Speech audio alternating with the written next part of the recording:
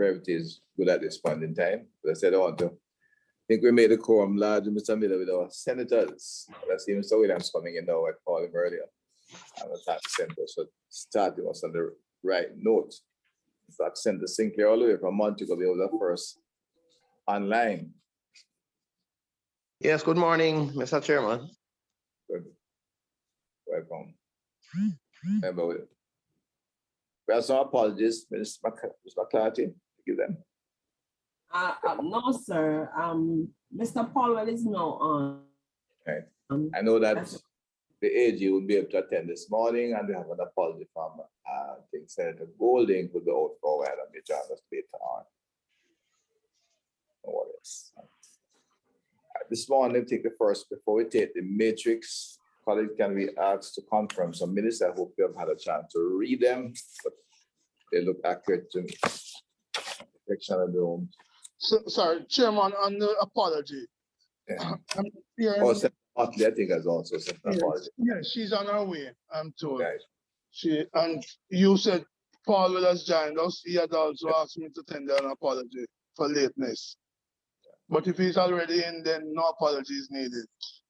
I'm now here. Thanks very much, Lambert. Very much, yes. My friend from the East is well on and is keeping the East in good order. So I have to welcome him.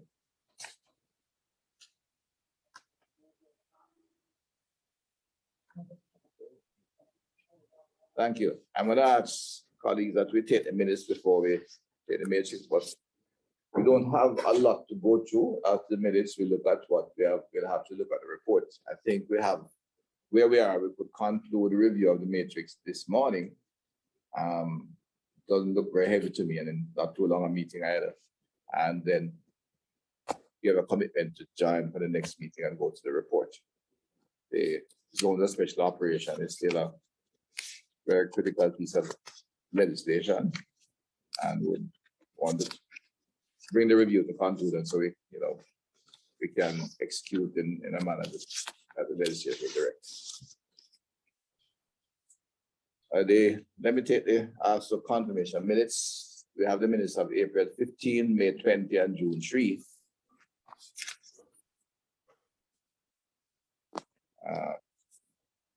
Any major corrections by anyone?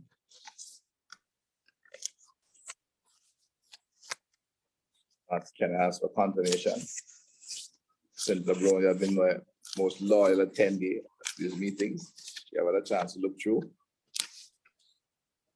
Minister, I've not had a chance to look through them, so I do not want to comment on them, but I would have no problem from the scan that I did earlier to approve them.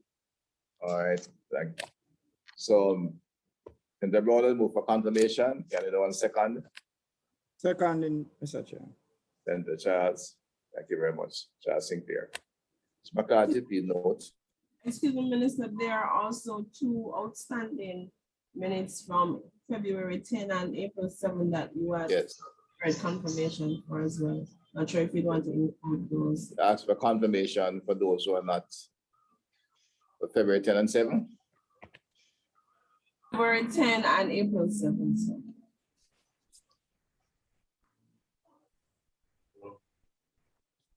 Okay. I don't think there's any objections. Both Senator Brown and Senator Sinclair have been attending pretty much all the meetings. We can take it as Senator Brown will confirm and Senator Sinclair second. The minutes that are noted.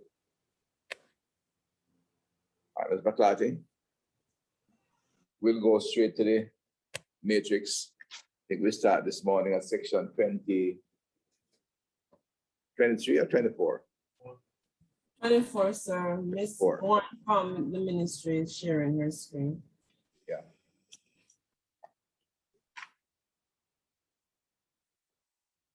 This section deals with function of the committee. We want to look at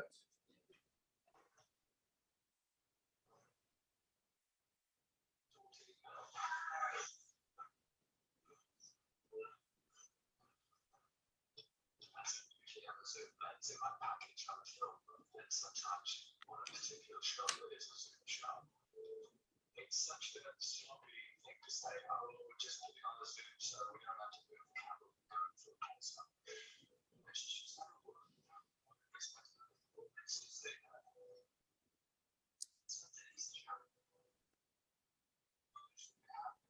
Any comments from my members in terms of the recommendation? A number of them, look, I certainly support the idea of some timelines, not necessarily the numbers given by the JDF. The recommendation to recognize specifically the vulnerable, also a valuable recommendation. Can I have my legal minds comments?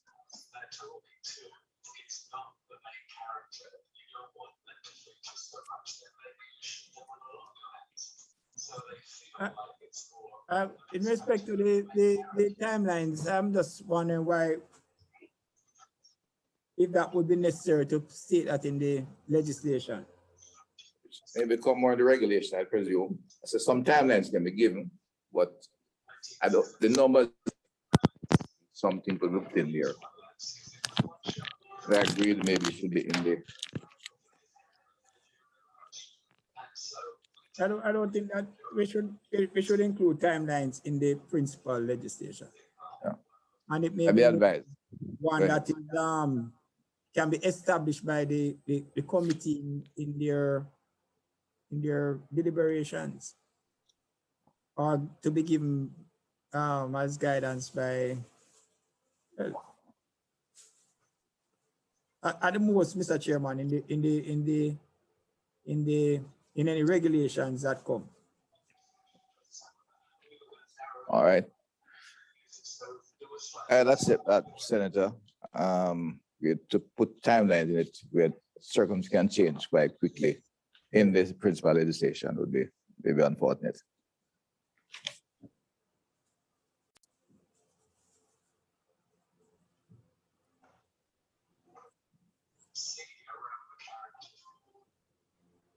So we basically ended up shooting on a 40, which was equivalent maybe 30 back to the wider lens, but you still had that sense of we basically ended up.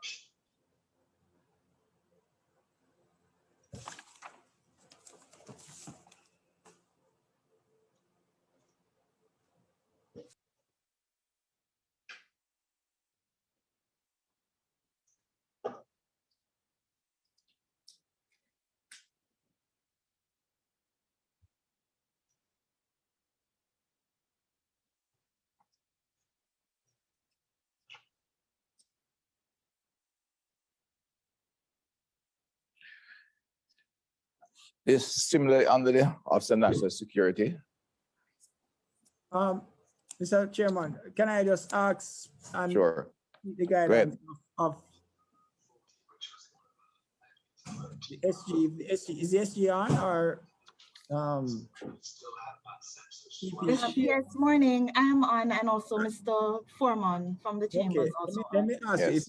if you look on section 24(2), which says the minister shall cause the terms of reference of each committee to be prepared and transmitted to the minister for approval. That is the committee will be preparing the terms, who will be preparing the terms of reference? The committee? it's not clear.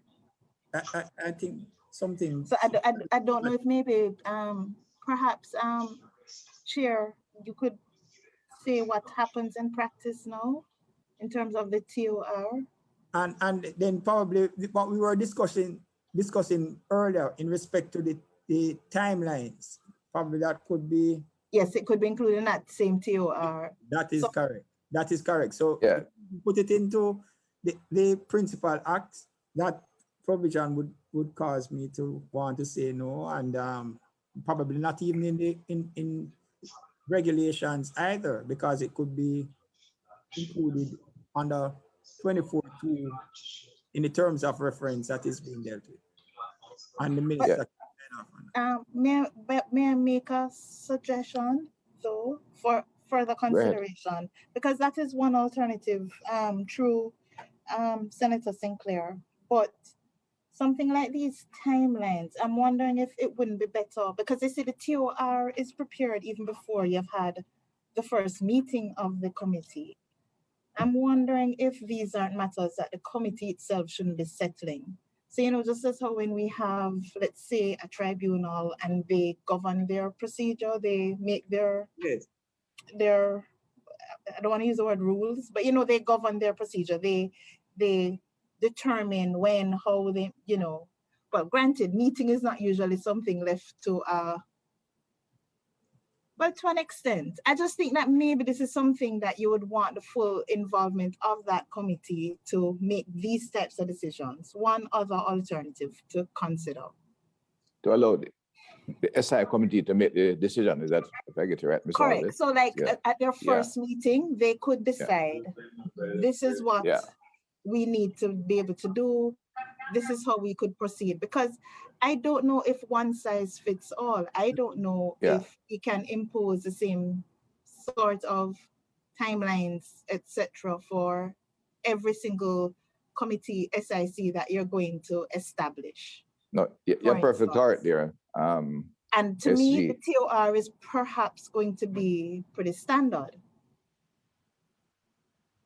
So I don't know, something to discuss. No, you're correct. I don't think you have to go too far in discussion and support of Senator Sinclair's proposal. The timelines will vary from venue to venue. It is here. There's in some places the physical decay is extreme, and you may therefore need to set timelines and fixing those while you proceed with the investment, social investment side in terms of health, conflict resolution, etc. In other areas, you can go almost immediately where the infrastructure is not as bad. It's a different timeline to resolve those. And there are areas which have stronger community social organizations. So again, you can, each circumstance has to be evaluated. And part of the new approach, well, there should come out of this, and it was not legislation. The JSC, along with its crime prevention unit and PIOD, is due to get into each community and provide a full social demographic data and physical evaluation of physical assets. So the SI committee will have a full picture of the challenges in the community very early on, and then can set timelines. So I would agree that we have to allow the TOR to develop, and I can indicate that the SI committee would in fact set timelines and a number of outcomes required in the community. And that will, and the data they have will include things like the level of the demand for training, the level of unemployment, the skills available. So it's social demographic data, both human and physical. And therefore the principal agencies can be held accountable in the execution process. Senator Brown, I heard you coming in. Yeah, it would appear to me that the person who would be best positioned to be aware of the specific needs and the different community to community would be the caller, and those who are saying we need to have the ZOSO. And in this respect, I am of the view that the terms of reference for the committee shouldn't be set by the committee. It could be a generalized terms of reference, you know, and could also allow for specific. But just like said, the Industrial Dispute Tribunal doesn't set its own terms of reference. Those are set by the minister, and the IDT then acts within that. It could be that the minister set the terms of reference. And also I'd suggest that, and it allows for the flexibility from local to local. And also, just since my friend Senator Sinclair raised the issue of 24-2, I am wondering, it might have been explained before when we did the bill. The minister shall cause the terms of reference of each committee to be prepared and transmit to the minister for approval. Is that very clear? The minister causing it and it being transmitted to the minister?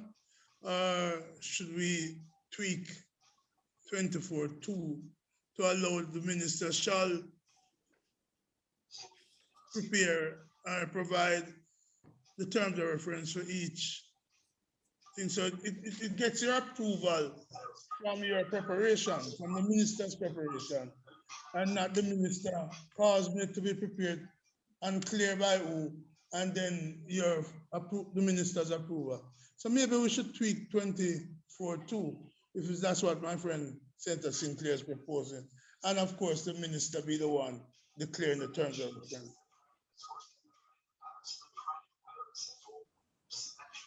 And Senator, I think, just looking at it, Mr. Chairman, if we were looking at that, and I agree as to how Senator Brown had has formulated it. In respect to the timelines, then we could probably have stated here that some reference to timelines within what is being signed off by the minister are being presented as a term of reference and deliverables, etc. So we looked on community by community.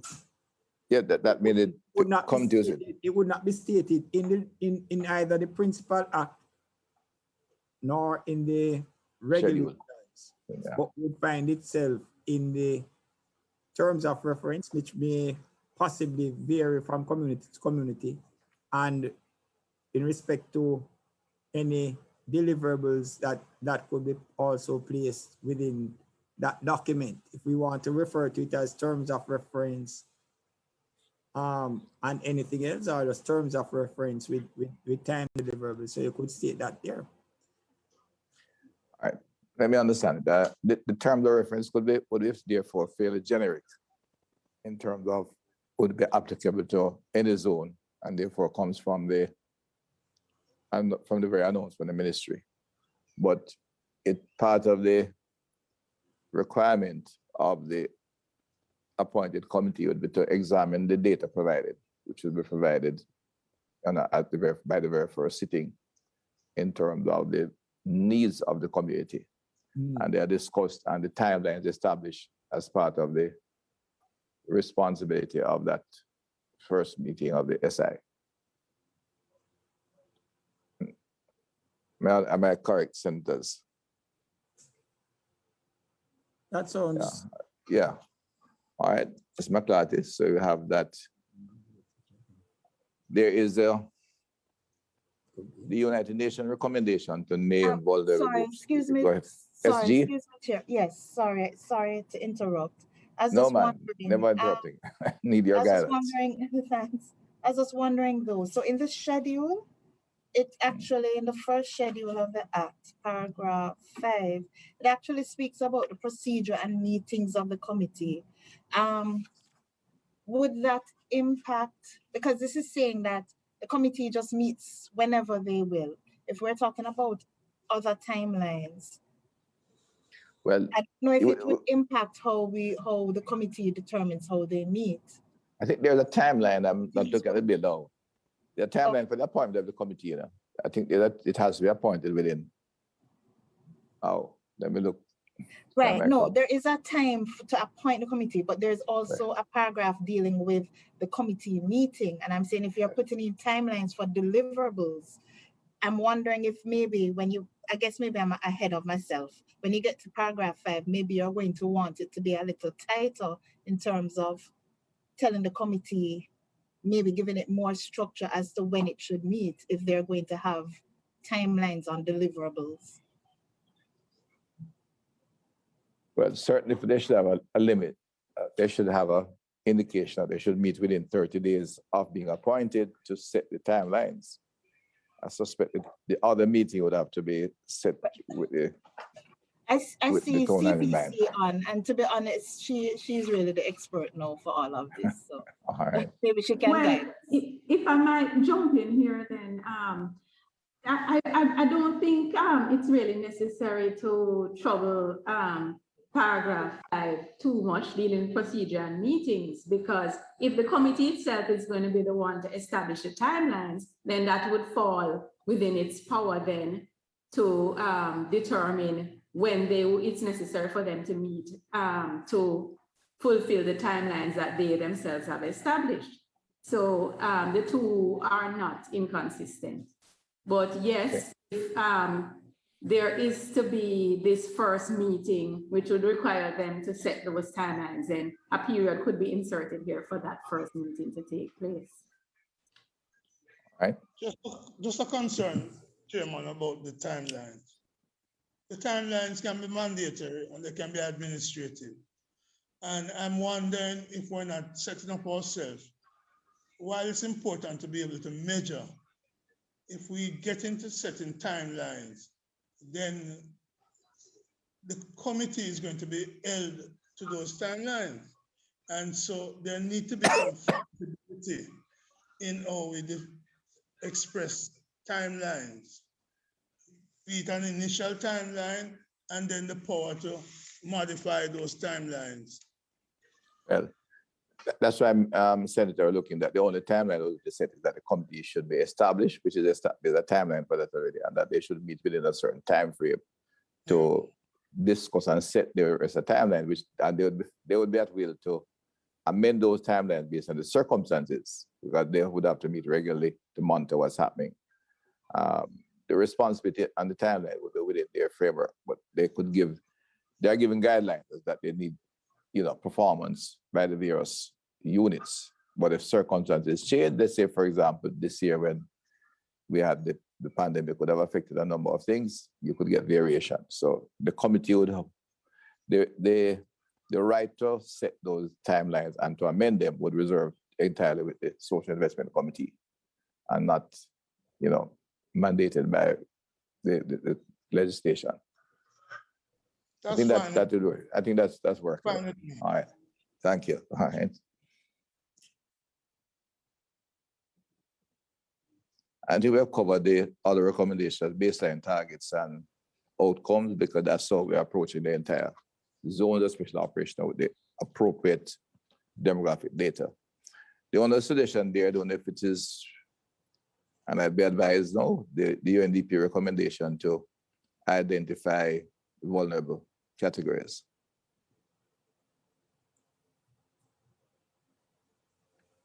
Do we need to define them as recommended there? That again, I'd look.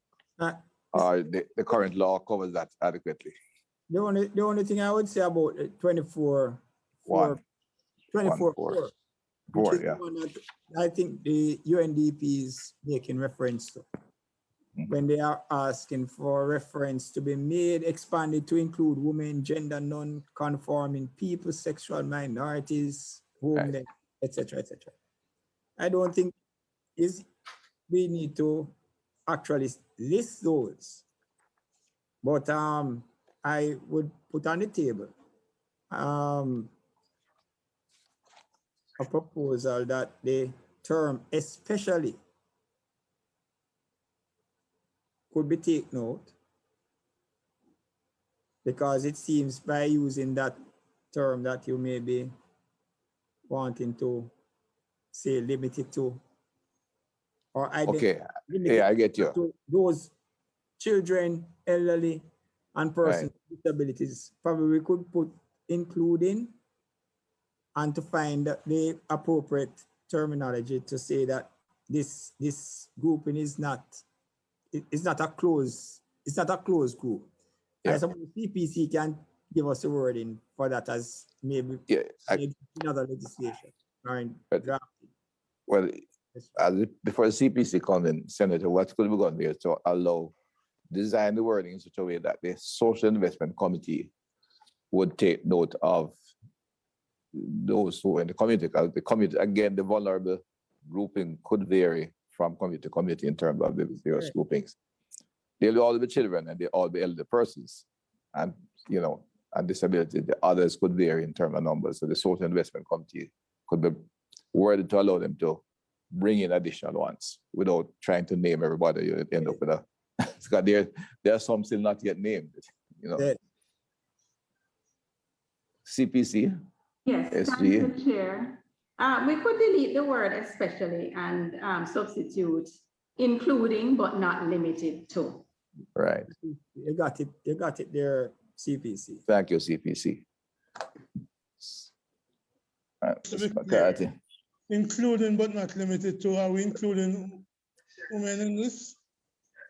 Well, the idea of that, there's all the, but I don't know if you want into that specifically, so that I don't know. It says currently the things that especially children, elderly, so to give emphasis to those who are extremely vulnerable.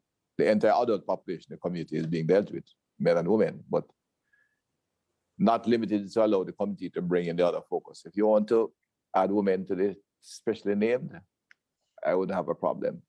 I said. All right, we're at one, because I think we should have regard to the submission and regard to all the issues about gender. Yeah. So let's include it. We lose nothing by people. CPC, any challenges there? No, Chair. So it would just be including but not limited to women, children, and persons with disabilities. Of course, Senator Brown, bear in mind, one of the things we have here in the zones, why I'm sharing this part of it, is that we focus heavily on the males, young males. It's intrinsic to the zones of special operational legislation, is that we are moving in there to look. These are, I think the idea of naming some is to ensure that we work with a certain grouping, but the focus was to, in fact, divert our young males, 15 to 25, 15 to 30, from joining gangs and getting involved in criminal activity. That is maybe object one. And to achieve that, we ensure that we look at the entire family, and in particular, single mothers. We talk of women and their children, from literally from conception to the age 30, with a special emphasis on young males. So the current thinking on, you say, involve these particular groups alluded to, but the purpose of the zone of special operation focuses more on young males. And we have to be careful we don't deviate from that, because the issue of vulnerable members of the community is a broad national issue that has to be dealt with.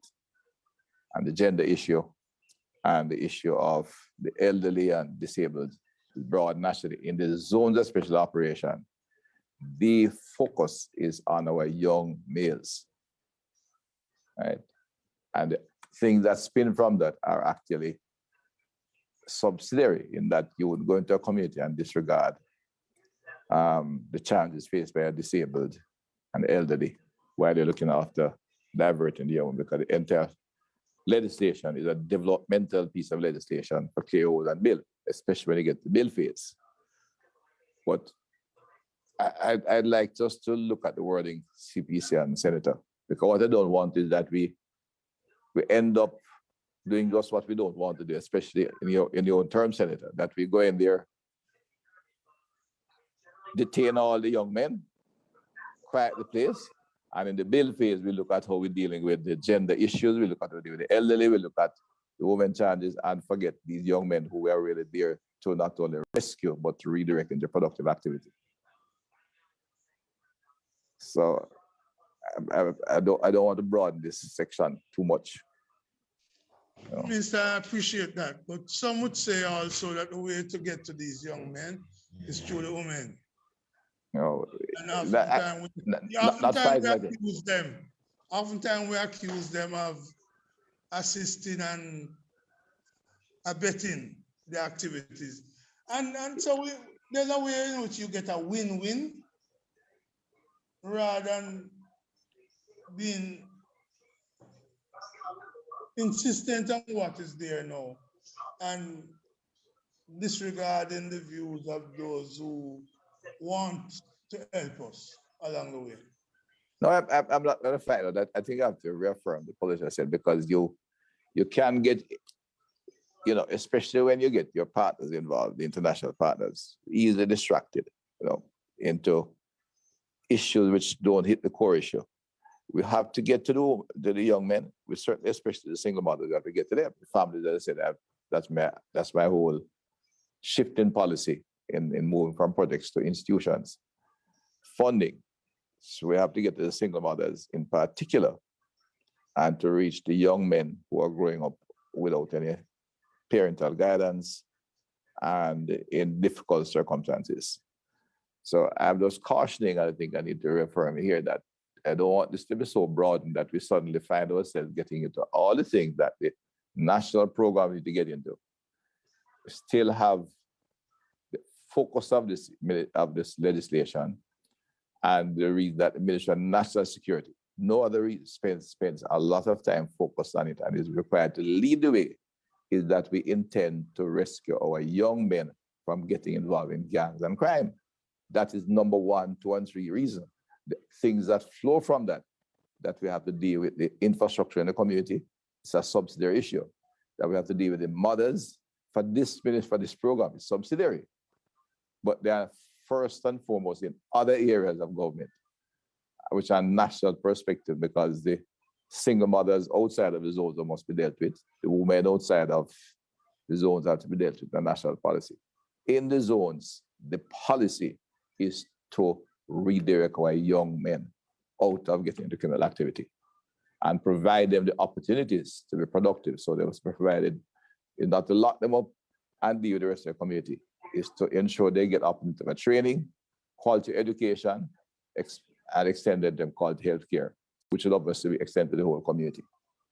I think that position must be always affirmed in the zone of special operation. I could lose direction. I agree with you, Minister. Maybe you want to put that in the objectives of the legislation. There's an earlier clause which we had about the objectives. Yeah. I think. All right. That's might be a value. Yes, that's yeah. I just want to refer. No, So I'm with you on that, and yeah. maybe we should go back to clause 3 and insert something to that effect. And that is the priority attention.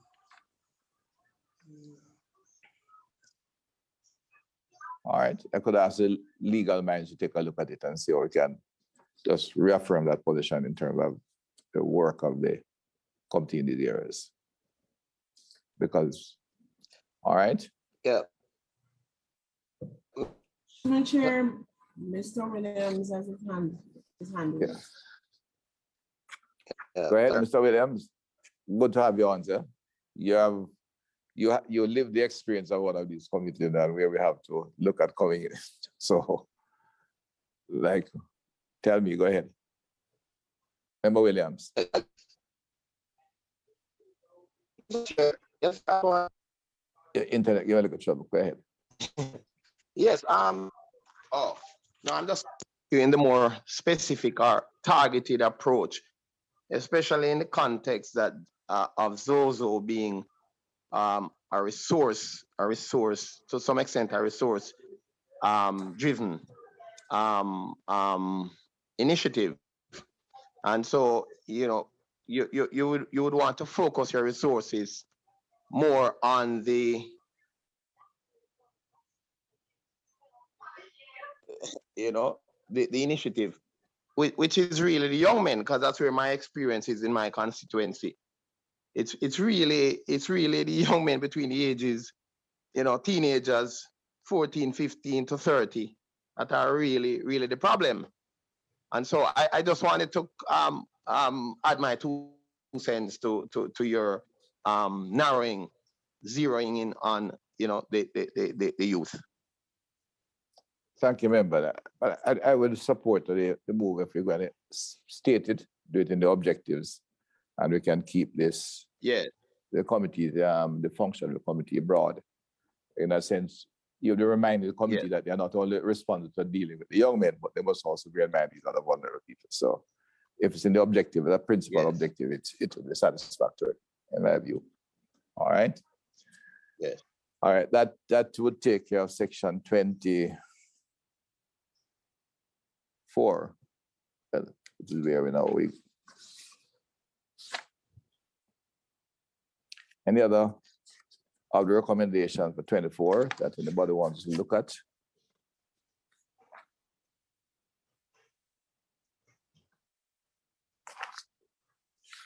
We have no comments on 25, 26, and 27. And we have no comment, members are free to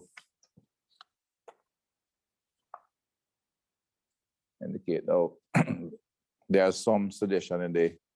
Excuse me, Chair. Sorry to interrupt. Go ahead. No, you're not interrupting. There's a proposal for 24 from the National Security Office and the CSS. Yeah, we're reporting quarterly to the CSS, the Intervention Committee. Well, the new, not the new name, but it's right below. Ms. Bourne, could you just put the screen up on it? The same 24, but not that page. It's below what we had before. Yes. I'm not sure if you're seeing it now, sir. Well, the report of the SIC would go to the CSS. I don't think we need to put on the legislation. Okay. Bear in mind, one you have to be aware of is that report is going to be put now every 90 days, and that report will go to the CSS and all required. But you don't want this social, the workers to do start writing 5, 6 different reports for 5, 6 different groups of people, and we spend more time writing reports than do the work. What will have to be is a rigorous review of this report on the which we have increased from 60 days to, I think, 90. We did make a recommendation on that. And we make sure that, you know, in the new reports that will be coming out, so let me reword that. We are putting in place very specific social demographic data in all the communities that will look at both the physical infrastructure assets and deterioration, as well as the demands of the for services in terms of education, health, and welfare. And those will have to be reported on. And that report just goes to everybody. And that should go to the CSS as well as through the ministries who are coordinating, the crime prevention unit coordinating and working with the other agencies. So I don't think that needs to be put inside the principal legislation.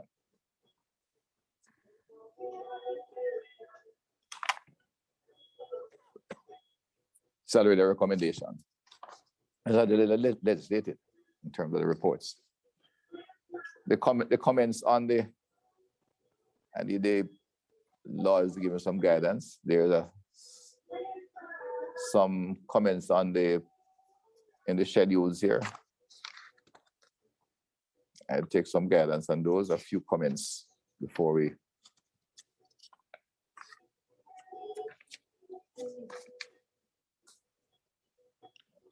Principally from the Police Federation and the Violence Prevention Alliance.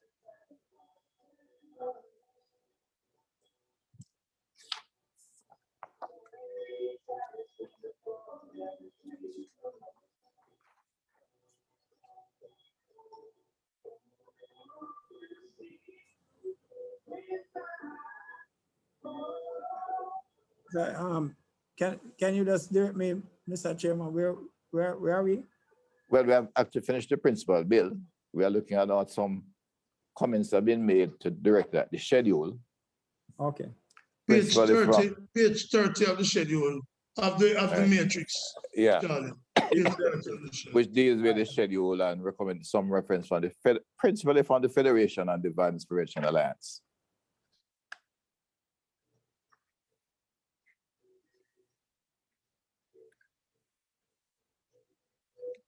Chairman, it strikes me that these recommendations, apart from one from the Police Federation, are really administrative issues. Yeah. That could be just declared and doesn't need to be part of the legislation to achieve the objective that they want, which are laudable objectives. But in terms of the difficulty of the composition of the committee, I think we discussed this before. Right. And I believe we were of the view that there could be some flexibility, but there can be no guarantee as to who goes on. Yeah, I think we have agreed to that in principle. In fact, there are a couple of things, in fact, that we have in terms of the committee And there's another section that the procedures we have discussed quite extensively, I think, and given the approach of placing greater emphasis on the evidence, getting the basic data in place that everybody be aware. And in addition to that, monitoring the outcomes on a regular basis. We have covered that in the principal legislation already. So in fact, we will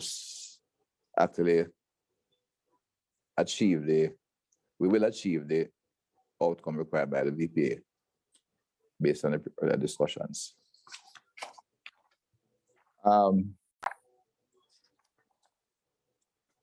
Members, I don't know if there's any. There may be, this is more personal, there's one issue here. The report, look at the section. Now, under law, the first comment, we have established a zone as a normal part of our activity. The Prime Minister must report. In fact, it doesn't give any authority to delegate on the first one. And I think I've asked that it has been suggested he maybe should give the right to delegate to another minister if necessary. I read largely because last week when I went in Parliament, well, it was the Prime Minister had to do a number of other things, and he was suggesting I make the report. It was not legally correct for me to do so, but I would dare say I did it. The section I'm dealing with. Section 6, Chair. Yes. Within 14 days of the declaration of a zone. Right. And after each extension, so it's not just the declaration, it's after each extension. Yeah. The minister shall make a statement to Parliament, but minister is defined as the Prime Minister. Yes. As the Prime Minister. Right. So we need a little flexibility there to allow the Prime Minister to designate as may be required. It doesn't have to be a DPM, it should be just the Prime Minister give the flexibility to designate. Or it be advised SG, should it be given the nature of the zone, the Minister of National Security, or Deputy Prime Minister, or it should be any minister he chooses to. I think that is for your committee members, Chairman. Well, that's true. The committee members. I can see value in the minister responsible for national security, but yes, sir. If I may, Sir Chair. Yeah, Robert.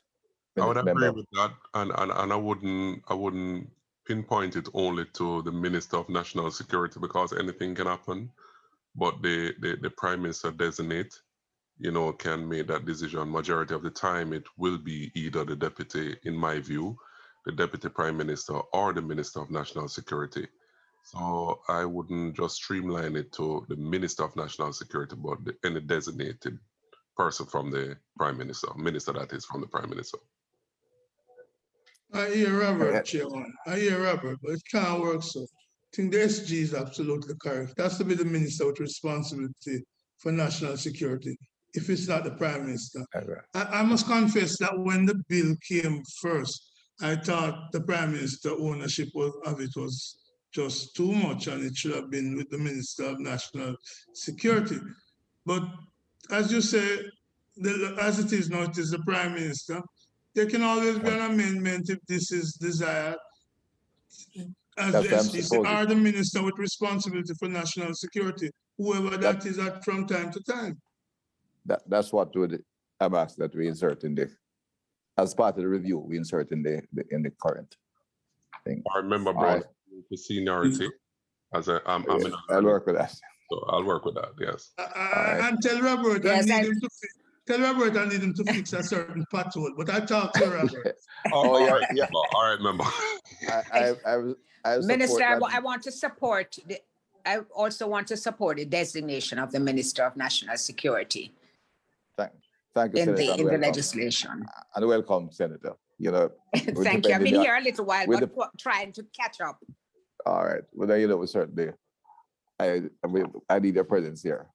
Whatever. And especially not my 80 years old. All right, sir. Mr. Jackson and Mr. Williams have their hands raised. Okay. Thank you. Welcome to the entire team. No, Senator. Oh no, I was still. Oh, Mr. Williams, yeah. Yes. Member Williams, go ahead, Central. Yes, Yeah. I don't know if we have. Yes, I don't know if we have moved on from it. I'm not certain, but in relation to the Jamaica Police Federation recommendation, in relation to the schedule we're and the looking at committee, it. I just made kind of tying up. Yes. Yeah, so I'll come back to it. So the recommendation. Okay, no problem. Is that the Prime Minister could designate the Minister of National Security to report on Section 6, I think it is, the amendment. But back to the comments by the Police Federation. Member Williams want to make a comment on that. Go ahead. Yes, I was just looking at it, and in my view, the actual schedule, quick indulgence. Let me just get back. The first schedule at 1U, it specifies here that any other person who or agency that in the opinion of the minister can assist with the work committee be a part of the committee, this social intervention committee. So I'm just wondering if we need to actually amend, if there is really a need to amend the schedule, because it allows that discretion in the minister to other representatives of any other agency. No, that's what Senator Brown. That's what Senator Brown was saying. Remember that the flexibility exists. Oh, very well. We have discussed it before and agreed that we should seek to broaden it as much as possible but to make it too mandatory, depending on the circle, could create other problems. Yes. Right. No problem. And remember, we report to Parliament, so if we get it too narrow, the members can always raise the issue, especially the members who constituency are impacted. So I think there's good room here for the flexibility required. Mr. Jackson, sir. Mr. Jackson, your hand is up. Yeah, I'm not seeing the hand. It has been up for a while, Chairman. Sorry, my apologies. I'm not. No, not a problem. As it remind me, what I need to do is, we use overlap. I need to find out how I can watch the hands while I'm watching this shared screen. Oh, yes, I think I found it. All right, go ahead. I just wanted to comment about the designation of the Prime Minister being the one responsible. My understanding is that, even though the Prime Minister or even a particular minister is designated, another minister in his absence could table just that the report will be coming over the signature of the designated minister. So the circumstance should arise that the Prime Minister cannot physically be there. He can have the report submitted under his name. My thinking that why the Prime Minister was designated as the person responsible is because of the magnitude of the provisions of the bill. Your rights and so forth are being curtailed in instances, and it was felt that the Prime Minister should ultimately assume responsibility for that. But that aside, I just want to say that I stand to be corrected, that though the Prime Minister is designated, it doesn't mean that it's exclusively have to come from me. But whatever report is tabled by whoever else comes under his name, in other words, he assumes responsibility for it that comes to the Parliament. In terms of the ownership, you're quite correct, Member Jackson, that it is the weight of legislation. The Prime Minister is the one who have to accept responsibility. The idea to name an alternative for the reporting was, I think it was raised, as I said, when I had to be out. I've been doing most of the reports in recent time because it has become, once you get in the build phase and the routine, the zones, the development program, it delegates. But somebody did raise the issue whether he had the right to delegate or not, quite frankly. That's why I think we should see to settle that. Maybe so that was the maybe reason the why I said, SG can help us there in terms of the authority. Though designated in the law as the Prime Minister, right? If it forbids, if such designation forbids or prohibits somebody moving, normally, like for example, when a minister carry a bill or a motion on behalf of the portfolio minister, the one who does it in Parliament is not the one who takes responsibility for it legally. It's the minister in whose name it is tabled. There was, where it was raised, I said, in relation to the 14-day, what's it, SG, it was section.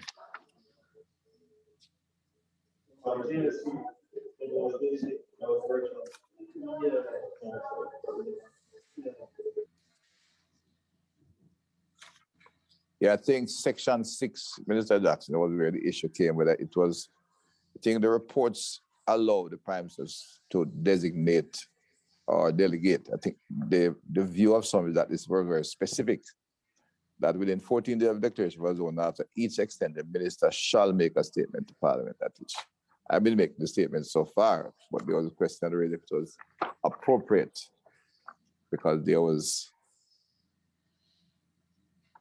SG. I have read Mr. Jackson. Sorry, read that last point, Chairman. Section 6. I'm looking at section 6. Yes. So you have to look at section 2 as well. Minister means the prime minister. And that's where... No, Lamy. Yeah. Issue, Lamy. The issue as to whose responsibility it is not in question. I think what is in issue is the presentation to Parliament and in whose name or with which authority it comes. I was suggesting that I don't believe by virtue of section 6, right? The statement that stands in the name of the minister, in this case being the prime minister, cannot be presented by any other minister. I think because it comes in what we call it, what Mr. Brown, Member Brown is pointing out, Mr. Jackson, it's called, what you call the interpretation section defines the minister, makes it a little bit different. Normally, the Constitution, when you act in Parliament on behalf of the Prime Minister, you act on the Constitution. I stand guided by the interpretation. But just on the surface of it, both section 2 and section 6. It was my thinking. But as I say, I stand guided by the legal interpretation. So, Chair, the CPC has her hand up. Yeah, CPC. Because I've been guided, I've been doing it a long time because I'm perfectly legal. As I said, the master was raised, so I've been guided now. CPC first. Thank you. I think the difference comes in because section 6 actually talks about making a statement. So it's not a report or something that is necessarily tabled. Because it says a statement, to me, it would suggest that it is the Prime Minister as stated in interpretation, who has to make the statements. If it was a report or something that had to be tabled, then yes, there would be some flexibility for somebody to read the report on behalf of the Prime Minister.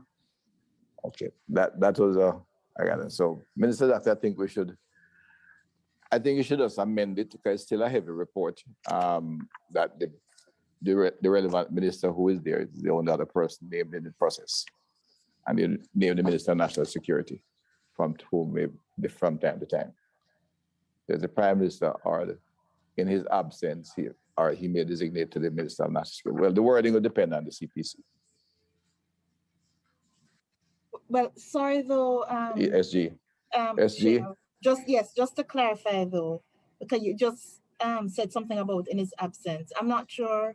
Well, or not the same absence. I think it would just be simply either the PM or the Minister responsible for National Security, and then between both of you, if you are separate persons, then you could decide who does it. But I don't know if you want to put in. No, ma'am, I'm fine with that. In the absence of, okay. I'm happy with that. All right. And also, I apologize for joining late.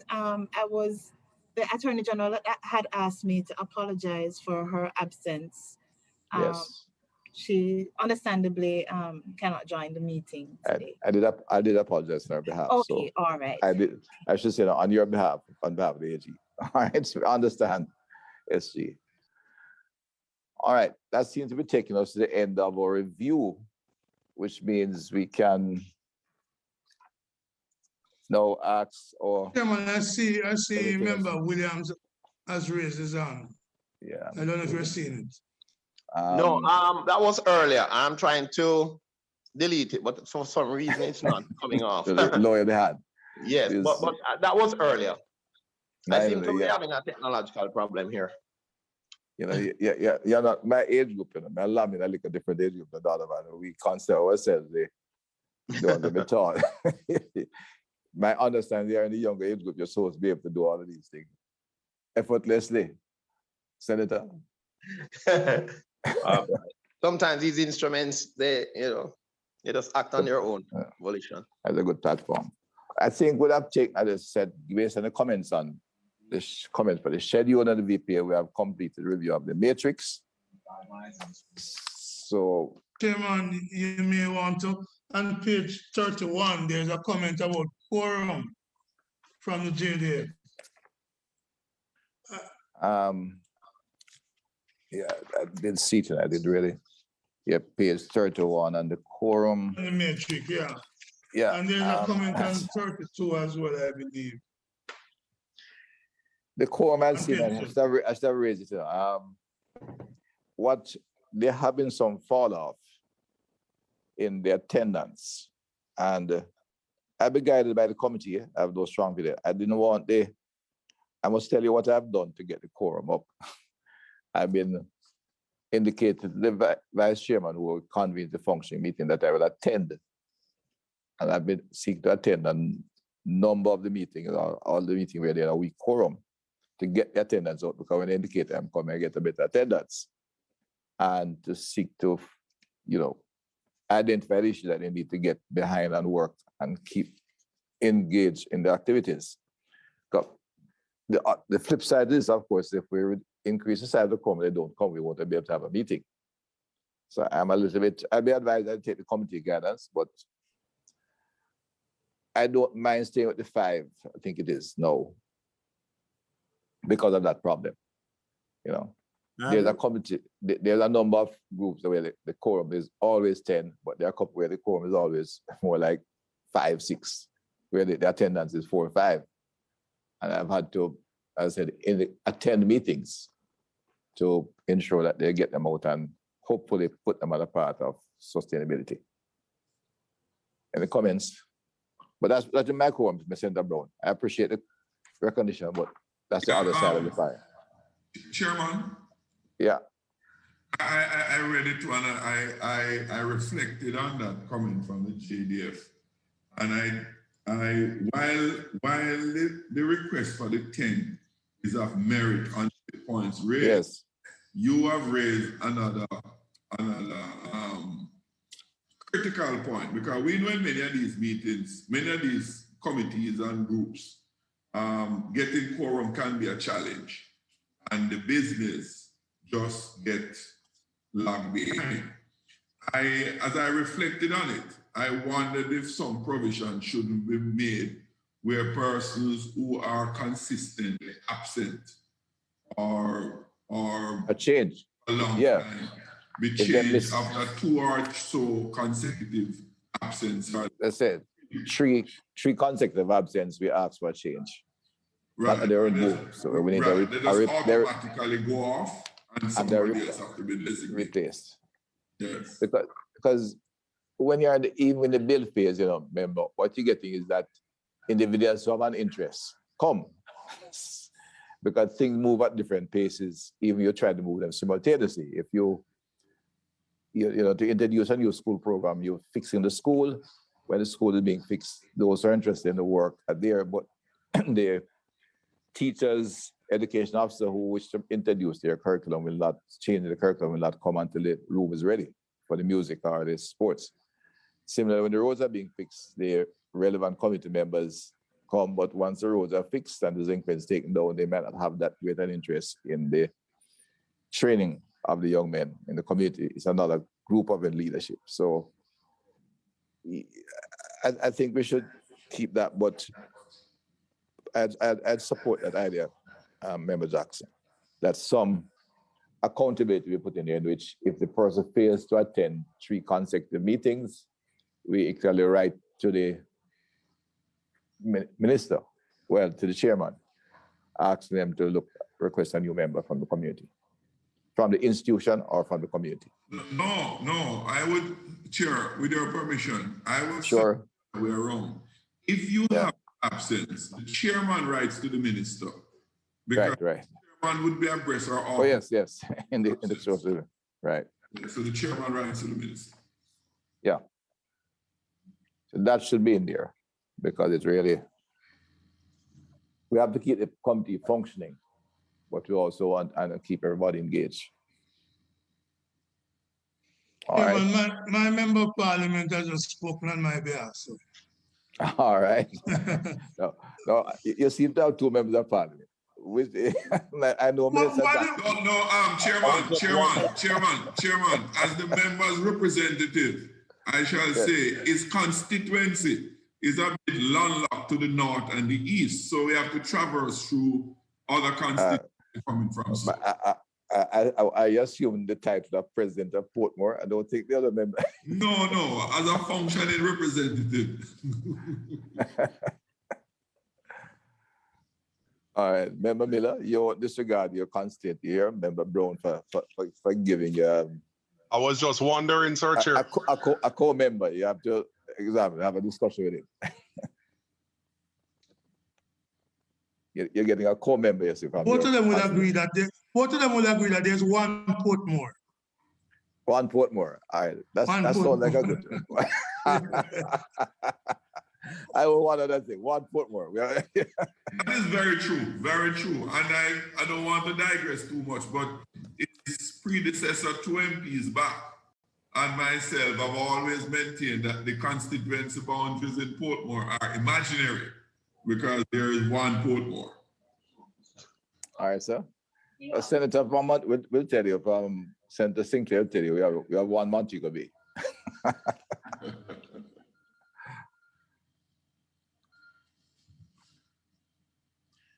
As we commented to the Police Federation, this issue of section on the schedule, I'd be advised by the Lord. I mean, the body read it completely, and I know they have raised this before. This is under the same federation at near the end on page 32 to 33.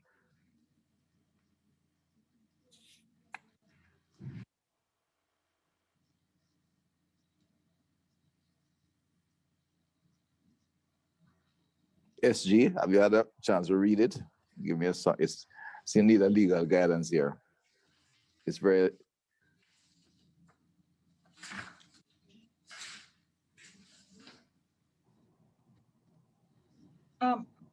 Yes, Chair. What they're asking for is a further amendment to the Constabulary Force Act, because the second schedule of the act that is now under review had amended other acts, and what they are asking for is a review of the amendment that was done to the Constabulary Force Act to, as I understand it, remove the custodial sentence. So a custodial sentence had been imposed. There is a fine or custodial sentence as it relates to, I think, relating to enlistment or a breach regarding enlistment. And they want the custodial part of the penalty to be removed. What I am not clear on, and I don't know if maybe either Mrs. McCarthy or CPC can advise, is whether if the committee was so minded, whether you can actually approve this, or it would be some sort of recommendation or proposal to the ministry to consider. I say that because this committee is really reviewing the ZOSO. Right, the Law Reform Zones of Special Operations, etc. Act. And this is really proposing an amendment to another act. So even if you are minded to, I don't know if you can treat it in the same way as you have made amendments to make amendments to the ZOSO Act. But I stand to be guided. Just to be clear, wasn't this act, the ZOSO Act, that the consequential amendment was made in? And right, therefore part of that amendment process. I understand what you're saying, SG, but I'm a little concerned that no, so I'm not saying that the committee couldn't, I'm not saying the committee can't consider it. What I'm just saying is, in terms of how you make your recommendation, if you were so minded, I don't know if you would have to tweak the way in which you make the recommendation. So for instance, you know, right now you're making recommendations to do amendments, and those recommendations you're sending to the Houses of Parliament to make amendments to the ZOSO Act. I'm not sure if you would make the proposal as it relates to another act. I don't know how you would make that recommendation. That's where I'm unclear. Yes, and it was an amendment. It is in the second schedule of the ZOSO Act. That's what I was looking at a while ago. Yes. So it's part of the ZOSO Act. Was the amendment made to the primary act sometime either already at SG, CPC? Are we aware? It was a consequential amendment. Has it been done, and is it done automatically? So it was done at the same time, Chair. That's the point. Because it was done, all the consequential amendments that were in the second schedule would have been approved by both Houses of Parliament, assented to by the Governor General, gazetted. They were all done at the same time. So this is a part of the Constabulary Force Act. What they're asking now for is a revision, so to speak, of that earlier decision, and they want an amendment of the Constabulary Force Act to remove the custodial part of the penalty. So it doesn't seem as if they are asking for the removal of the fine. It's just the term of 3 months. And just to point out though that this is a default penalty. So it is not fine or imprisonment. Hold on, I'm wrong. A fine. Oh no, it is fine or imprisonment. So I think they want that part removed. They want the or to imprisonment for a term not exceeding 3 months to be removed. All right, so it's not a criminal offense then. It's a default. It is. No, it is. I was wrong. It is fine or imprisonment. And they're saying the imprisonment part should be removed. And they're asking for that amendment. If it's or, I'd make if it's a well, first of all, the fine. Well, I'd be advising about the committee. I look at it. I have two things in my thinking. I don't know if then the ministry may wish to comment. Technically, I think the ministry staff is here. You could increase the financial penalty and remove the custodial altogether. At minimum, I'd suggest the custodial become a default issue. That if the person totally ignores, migrates, and disregards the operation, if he would be subject to the second item, but it has to be a default. Sorry, the Minister, Minister, if I may, to add to what SG was saying, because in the original Constabulary Force Act actually spoke to it being a default payment, but the amendment under ZOSO did not make a default payment. It just said to a fine of 250,000 or a term of 3 months. So it wasn't, the original said, in the case such penalty shall not be paid, to commit the person to 3 months. So I think that was the bone of the contention of the JCF. So they're not uncomfortable with the default position. what they're covered is this either or, which gives a. That's correct.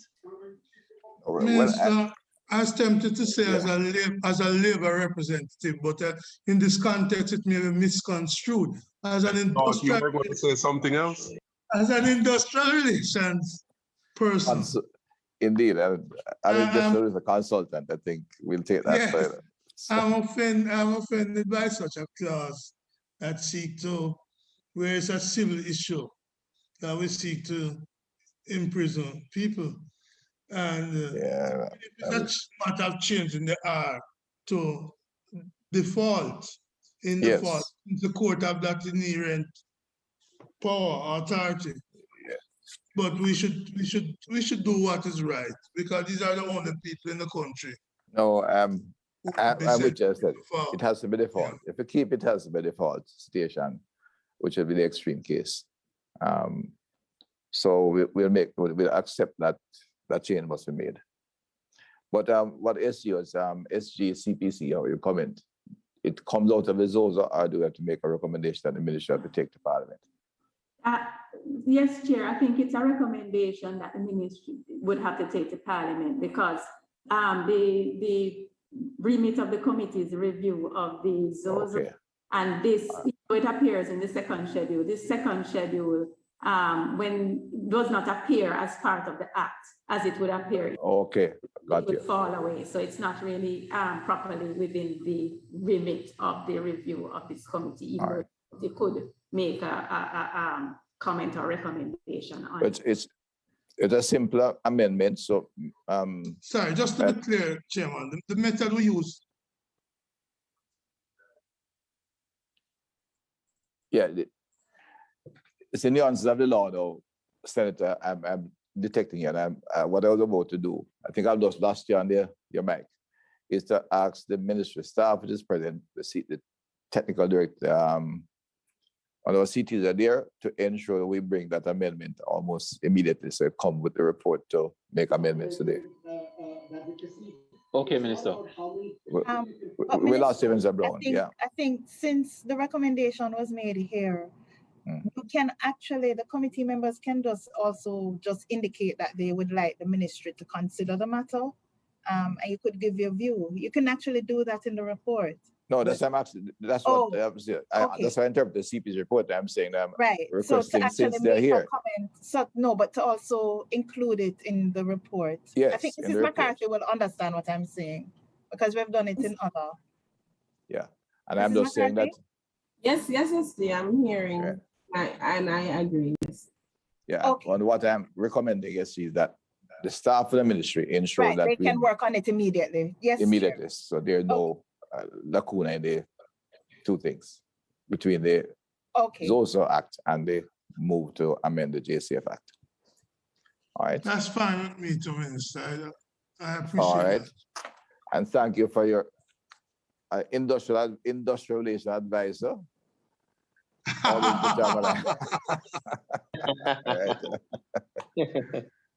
You should tell SG that I need to talk to her about such matter. Indeed. SG, give me a shout out on her, please. I don't know if you have the number, but no, you can message it to me privately. All right, I will. It's about the 13th. I only wanted to say cheekily, I was surprised you didn't refer to yourself as an IR expert. You said IR person. So there's more from modesty. It's the modesty of being a Portmore man. No. Senator, I'm going to say in the emerging work situation where the trade unionism is, I'd have to go through significant change. We're getting submitted. The industrial relation expert is becoming the real, and we're quite happy to have you in that designation, even though you didn't designate yourself. I'm cool with that. I'm tempted to borrow the Lekem Samaj model, resultant. I got you. Chairman, I just want to put on record my support for the removal of the implement provision in that clause for the fault. Yeah, I think the wrong to be there in the first instance. I think the committee entirely agrees. So that will be Ms. McCarthy. Yeah, and that should be dealt with, post ACE. Yep. That's and lastly, just to say, Chairman, you must not be unmindful that the SG and Senator Brown share something in common. I want to ask something of them. Oh, I'm not sure there. It's just that my SG. Just for transparency and she has strong background in yes, labor. Thank you, Dr. Jackson. Thank you. Madam Jackson, just remember one thing, the minister who chairs the meeting may do further inquiries because he accepts a certain level of responsibility, almost for the SG, since she happens to be from a certain republic. You see, Chairman, I had to sit across the table from the SG before in another dispensation, and I'm not unmindful of that. I'm aware. But thank you, sir. Well, let me thank the team. I don't think we have more to do this morning. I think we have gone through the entire matrix. We should meet to look at the report. So we may have 2 days. We have 2 days reserved. Ms. McCarthy, can you complete everything by the 15th, or the quicker we do this, the better? This is a very strong piece of legislation, and it's one that the government is using, and we hope to increase its use. And I think the entire Parliament supports the move, this particular piece of legislation, this application. That would like to, as I said, even expand it more rapidly, but we are constrained by the budget. For good reason, because we don't want to dilute the impact, and it becomes a kind of brand for intervention without the supporting activity that we are asking the social intervention grouping to monitor and look for the outcome they want in every area. And we have the flexibility to amend to ensure we get the outcome we want. So, Ms. McCarthy, it depends. Will you have everything ready for the 15th? Yes, I know that Parliament. I would request an extra week, sir, to you have 2 days reserved here now. You have the 15th and 22nd. Bear in mind, Parliament goes in recess on the 20th, so the 22nd will be the last day. We can't really meet. Members will be scattering after that week. What date to go on recess, Chair? Then the 20th. 20th, okay. But Ms. McCarthy reserved 2 days in terms of the sessions for Parliament. We have the 15th and the 22nd.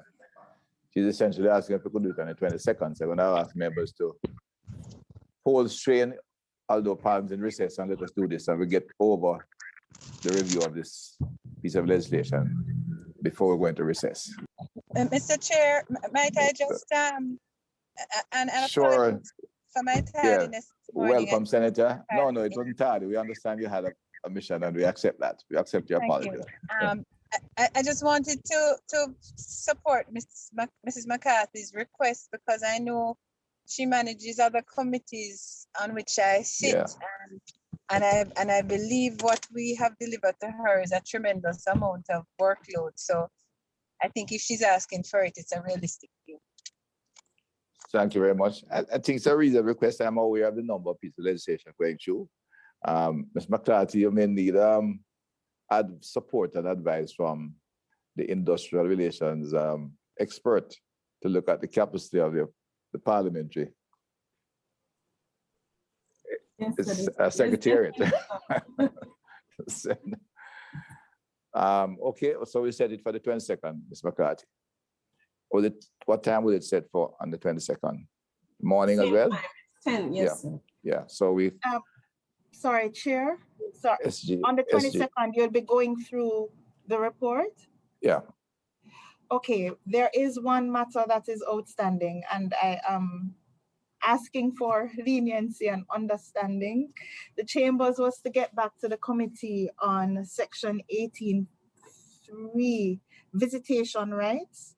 So remember, if the person is detained, and there was a suggestion of putting me in at any reasonable time, because right now it says that spouse, partner, family member, religious counselor, registered medical practitioner of his choice, and attorney at law shall be permitted to visit at any time. And there was a proposal to insert the word reasonable. And the chambers had indicated that we just wanted some time to look at the case law and have regard, of course, to our constitutional protections. So I started out by asking for leniency and understanding because we actually have not been able to review the case law on this area. So can we get back to the committee on the day when you're going through the report? Because then we'd be able to just discuss the matter and you could take a decision then. Or we could try and do it before. We can try and do it before as well, you know, and we could send it to Mrs. McCarthy and she could circulate to the members as well. Yes. All right, I'll be happy that the recommendation is one that has, I'm not one who like to change when there's no mischief. But let me see what the legal recommendation is because I understand. And so let me also be clear, Chair. We apologize for the delay in sending the this opinion to the committee. Sorry about that. We accept your apology, Madam SG. Thank you. You know, just a general comment on the issue. I know we didn't discuss, it was discussed extensively, and I understand the reasons why the security forces in this case, and they're my team. I don't know if there was any attempt to really disrupt the security operation by going there all odd hours, which is what this opening allow, I think. You know, but I'll be guided by your recommendation this week. I don't think there's any attempt to use it mischievously. But we go for the 22nd, we look at the report, and we'll take this a small issue from the SG's office. And Ms. McCarthy, you can email it around as well, just in case. Yes. All right. All right, let me thank everyone. It's an early day and for the effort put in. Let us try and convene on the 22nd. I can see, sorry, my camera was off, so wrap it up. And we will return to tie up this piece of legislation. All right. If no further comments, let me again. So have a good day and good weekend, Senator. Same to you, Mr. Chair. Thank you, Senator Campbell. All right. And there's McCarthy. We know you have a lot of work to do still, but commend for all the tremendous work you're doing with your parliamentary colleagues and keeping things on track. But Absolutely. as I indicated, we join in that commendation. We join in that commendation to staff, and I believe we speak. You speak on behalf of all of us. Yes, unanimously. And I think I do have the support of the team to that. As I said, in another place, we need to look at our whole capacity in doing legislation from legal reform to AG department into the parliamentary room and CPC. You know, as we have to really look at it as a country. Thank you all very much. Have a good day. I don't, many years ago, Senator Arthur Williams made that point. Yeah. And that's the problem we have. They make these points but do nothing about it. Well, I work at it, Mr. Senator Brown, and I think it's the first week we have had the SEC. She got a QC now. Please, it's by apology. We are a little bit late, and I'm sure all the members of the committee would want to congratulate our SG, fully deserving and commendation. SG. Thank you. Ms. Aldred. Yes, thank you. Marlene Aldred, SG and QC. All right. Can she hear the desk knocking? Indeed. And see the smiles across. All right. Thank you very much. Team members, have a good day and a good weekend. Indeed. Sure.